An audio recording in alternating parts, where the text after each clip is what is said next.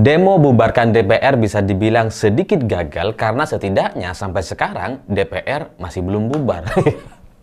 Dan malah akibat atau efek dari demonstrasi ini itu ternyata membuat DPR di bawah kepemimpinan Mbak Puan Maharani itu menyampaikan dan menyatakan secara jelas akan dilakukan reformasi, termasuk semua tuntutan yang sudah disampaikan sama para demonstran. Sehingga narasi-narasi negatif terkait DPR belakangan yang sangat gencar sekali disampaikan oleh banyak orang itu kemudian dimanfaatkan untuk benar-benar melakukan perubahan dan transformasi. Sehingga ya bisa dibilang suara-suara yang ingin menjelekkan partai, menjelekkan DPR atau ingin mengambil keuntungan politik kepada partai baru yang belum ada di Senayan itu bisa dibilang sudah gagal total. Dan setelah aksi demo kemarin kemudian terjadi pemecatan terhadap simbol atau loyalis Jokowi di kabinet. Jadi simbol Jokowi satu-satunya di kabinet Prabowo yakni Budiari itu sudah tidak lagi menjadi menteri. Dan setelah itu tiba-tiba kemudian relawan Barajepe itu mengadakan sebuah pertemuan atau sebuah acara yang entah apa namanya untuk menyampaikan dukungan kepada Presiden Prabowo dan Gibran untuk 2 periode katanya. Dan ini dukungan atau permintaan 2 periode Prabowo Gibran ini itu berdasarkan dukungan atau permintaan dari Jokowi katanya. Jadi Pak Jokowi sebagai Dewan Pembina kelompok relawan meminta Barajepe untuk menyampaikan bahwa Barajepe atau relawan Jokowi mendukung Prabowo Gibran 2 periode. Padahal ini baru tahun 2025 ya, emang udah hampir akhir sih gitu ya, udah bulan September gitu. Tapi kan ya masih lama sebenarnya gitu, kok tiba-tiba 2 periode. Ya, tapi sebagai sebuah perintah, sebagai sebuah permintaan dari Jokowi sebagai Dewan Pembina Relawan, ya maka Barajepe nggak punya pilihan selain hanya menyampaikan apa yang ingin disampaikan oleh Jokowi. Sebenarnya Jokowi sendiri yang ingin bilang itu gitu ya, meminta agar Prabowo Gibran 2 periode. Cuma menggunakan relawan gitu ya, karena kalau menggunakan partai sekarang nggak ada kan, udah nggak ada yang tunduk. Atau partai-partai itu udah gak mau ikut atau mendengar arahan dari Jokowi karena sudah mulai berhitung gitu ya. Kalau mereka ikut apa kata Jokowi bisa-bisa didepak juga kayak Budiari. Makanya partai-partai udah gak bisa, jadi sekarang menggunakan tangan relawan Barajepe, dan Barajepe mau-mau aja. Ya namanya relawan gitu ya, mana bisa mereka mikir gitu, pokoknya ikut apa kata Jokowi karena Jokowi adalah Dewan Pembina. Jadi konsolidasi atau dorongan untuk melakukan upaya kampanye Prabowo Gibran 2 periode bagi saya itu berarti 2 hal. Berarti sebuah bentuk ketakutan dan nggak tahu diri. Ya mungkin takut Prabowo ini akan mendepak Gibran atau tidak memberikan Gibran itu posisi strategis atau bahkan bisa mengarah kepada pelengseran yang diusulkan oleh Forum Purnawirawan TNI. Itu kan sampai sekarang masih aktif gitu. Suratnya masih ada di DPR dan belum ada jawaban gitu ya. Mungkin ada ketakutan, takut dipecat dan didepak, dan nggak tahu malu atau nggak tahu diri karena kalau para relawan ini bisa membuka mata mereka melihat apa yang dilakukan oleh Gibran dalam beberapa bulan terakhir ketika dia menjadi wakil presiden, harusnya itu menyadarkan semua orang gitu, karena sangat jelas sekali bahwa Gibran ini nggak mampu. Sebagai wapres dia nggak mampu gitu. Sebagai wali kota mungkin masih oke lah, masih bisa dimaklumi gitu ya. Karena kalau kita bandingkan dengan Deddy Mulyadi misalkan, nggak ada apa-apanya Gibran. Dia tidak bisa menjawab tantangan apapun yang terjadi di Indonesia. Dia hanya keliling dan kosong. Cuma datang-datang kosong gitu. Dan Gibran terlihat begitu kewalahan untuk membuat satu sikap atau kebijakan sebagai wakil presiden. Itu kelihatan sekali. Bahkan ketika ditanya wartawan pun kadang-kadang ngeblank. Ditanya sama anak-anak gereja pun kadang-kadang dia juga nggak tahu mau jawab apa. Atau jawabannya nggak sesuai dengan pertanyaan. Bahkan Gibran yang terakhir kemarin dia nggak paham apa yang mau dilakukan ketika terjadi tuntutan dari para driver ojek online terkait pemotongan fee aplikasi yang sangat tinggi. Itu kan dikeluhkan sama banyak orang dan ngeluhnya kepada Gibran. Gibran kebingungan gitu. Malah meminta agar nanti berjanji gitu ya bahwa nanti ini ada opsi dan antara akan ikut membantu. Dari mana? Ini sudah saya jelaskan di video sebelumnya. Jadi Gibran itu benar-benar nggak paham terkait apa yang harus dia lakukan sebagai wakil presiden dengan kekuasaannya, dan kayaknya dia itu juga nggak tahu tuh jadi wakil presiden tuh kayak gimana sih. Masa cuma bagi-bagi susu, bagi-bagi sembako gitu kan. Itu sih nggak usah wakil presiden, satpam di komplek kita pun udah bisa juga itu memberikan bansos gitu ya. Ya karena kalau di perumahan atau di di desa atau di sebuah kawasan kampung gitu kan yang padat penduduk, kalau kita mau ngasih bantuan misalkan tidak mau langsung menyampaikan karena tidak punya waktu atau karena kesibukan dan sebagainya gitu ya, karena terlalu banyak misalkan yang mau dibagikan, kan kita kadang nyuruh satpam gitu ya, nyuruh ya RT RW tolong dibagikan. Nggak usah wakil presiden kalau cuma bagi-bagi susu. Nah, seharusnya kalau para kelompok relawan ini melihat apa yang terjadi kepada Gibran, seharusnya mereka ini kasihan gitu. Karena Gibran itu kebingungan sekali ketika dia muncul di acara-acara resmi gitu ya, yang mengharuskan dia sebagai wakil presiden muncul di sana, hadir bersama presiden dan elit pejabat yang lain. Gibran itu kayak anak orang hilang gitu. Kayak anak hilang gitu. Anak orang hilang. Jadi kayak dia nyasar di satu tempat, terus dia nggak tahu mau ngapain gitu. Kebingungan dia itu. Dan dia jadi kelihatan sangat tidak siap untuk menjadi wakil presiden. Jadi bahkan untuk menempat. Halo teman-teman, kembali lagi bersama saya di channel ini. Channel yang membahas seputar perpolitikan, pendidikan, dan budaya. Salam inspirasi, salam NKRI, harga mati. Dari cuplikan video sebelumnya tentu saja kita sudah melihat dan menyimak bahkan memahami yaitu penyampaian Mas Alifur Rahman. Oleh sebab itu izinkan saya untuk membacakan sebagian dari pendapat teman-teman kita agar kita satu sama lain bisa saling bertukar pikiran. Yang paling layak jadi wapres Prabowo ketika nyalon Pilpres 2029. Bagusan AHY cerdas, gagah, dan matang dalam berpolitik dibandingkan Gibran pelangak-pelongok, jawabnya nggak nyambung dan karbitan atau belum matang jadi pemimpin. Belum tentu Prabowo memilih Gibran wakilnya di 2029. Saat ini saja Pak Prabowo kecewa dan bahkan berniat menendang dia dari istana.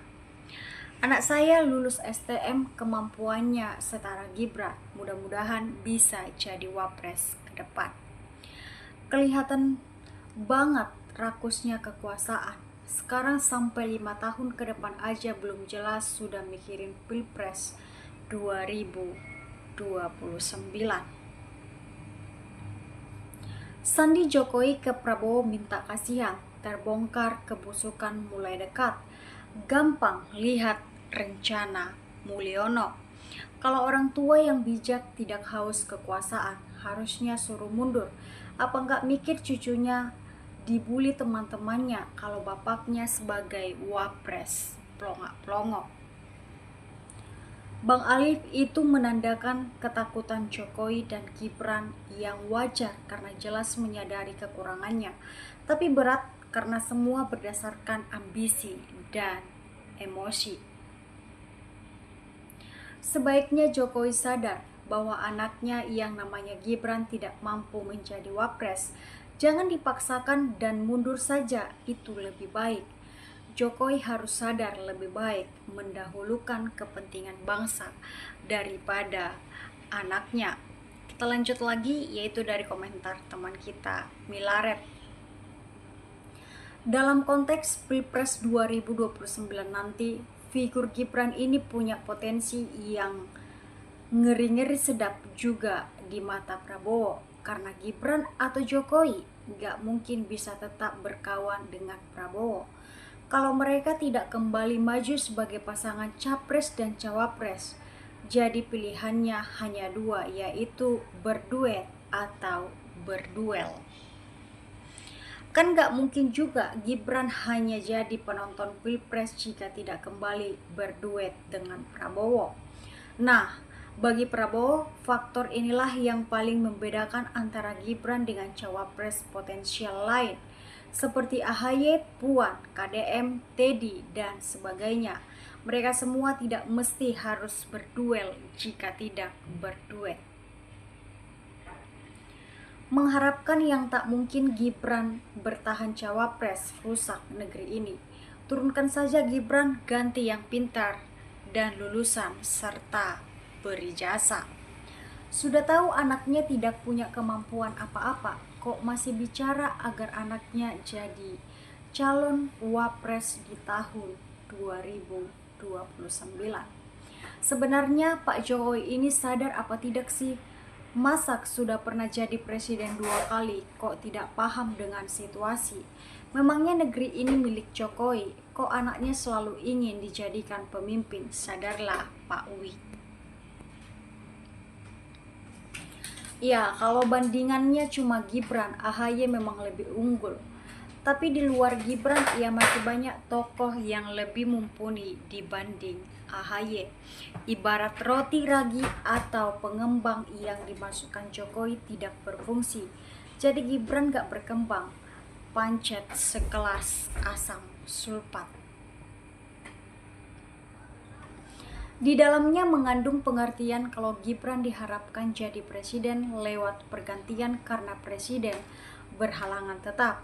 Sebaiknya Gibran Raka Bumi Raka kembali jualan pisang goreng aja agar gak banyak masalah dan Jokowi rela masuk bui selama hidup. Kita lanjut lagi. Aku sebagai masyarakat sampai heran, kok pemikiran Jokowi dan relawan kayak orang yang benar-benar tidak punya pendudukan dan politik.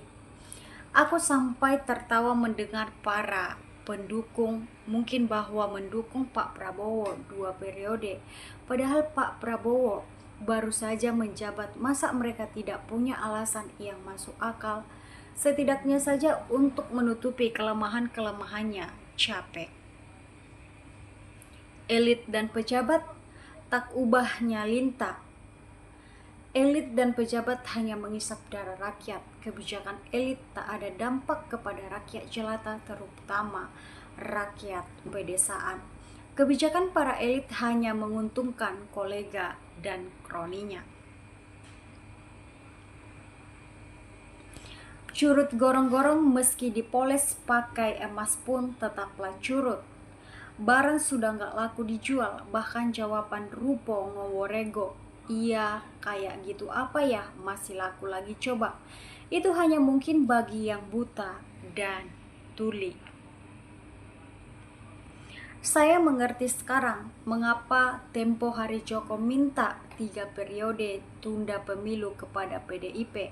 Yang pertama, banyak gak makin lama dan kesempatan untuk mengeruk kekayaan negeri ini. Dan yang kedua, agar pas minimal 40 tahun Gibran untuk mengganti Jokowi setelah tambah 5 tahun.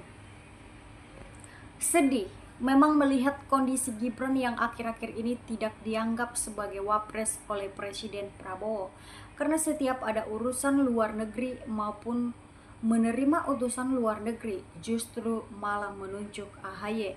Bukannya Gibran sebagai wapres. Ada apa sebenarnya yang terjadi? Emangnya relawan Bara JP itu yang punya negara Indonesia? Emangnya Jokowi sekarang apa kapasitasnya menentukan Prabowo Gibran 2 periode? Pak Prabowo oke, 2 periode.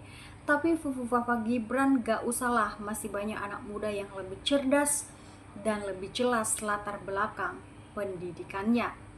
Mantan presiden lainnya usai 2 periode ia duduk manis menikmati masa pensiun. Tapi presiden bekas yang ke-7 ini memang betul-betul tidak punya rasa malu. Segerakan agenda makjulkan si Fufufafa Gibran dan adili Jokowi, itu agenda besar bangsa Indonesia ini. Gaji wapres dan tunjangannya pasti gede duitnya. Wapres itu kerja apa aja sih? Saya orang kecil nggak tahu kerjaan wapres, tolong saya dikasih tahu.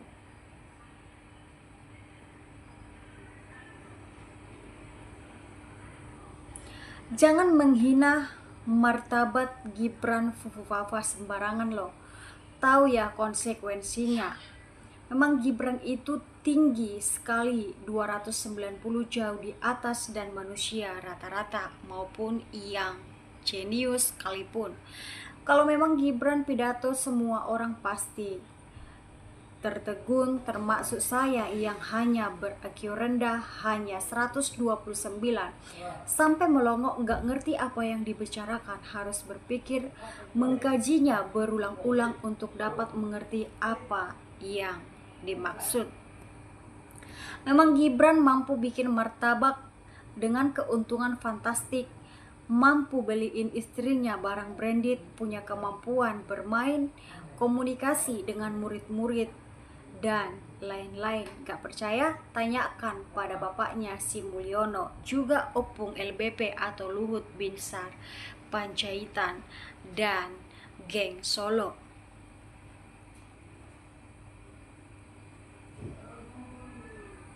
Saya akan membacakan yaitu komentar terakhir dari teman kita, Bro Sebastian. Saya mah lebih baik Indonesia dibubarkan saja, karena rakyat Indonesia tidak bisa memilih pemimpin dan wakil rakyat yang jujur dan berintegritas. Politik dinasti membuat negeri ini lulu lantak. Negara ini butuh orang-orang cerdas, pintar untuk memakmurkan rakyatnya, bukan karena sang bapak. Itulah komentar teman-teman kita yang menanggapi cuplikan video yang barusan saja kita tonton. Sekian dulu yang bisa saya sampaikan di video ini. Jika ada tutur kata saya yang salah, saya mohon maaf yang sebesar-besarnya. Jangan lupa komen, share, dan subscribe. Salam inspirasi, salam NKRI, harga mati.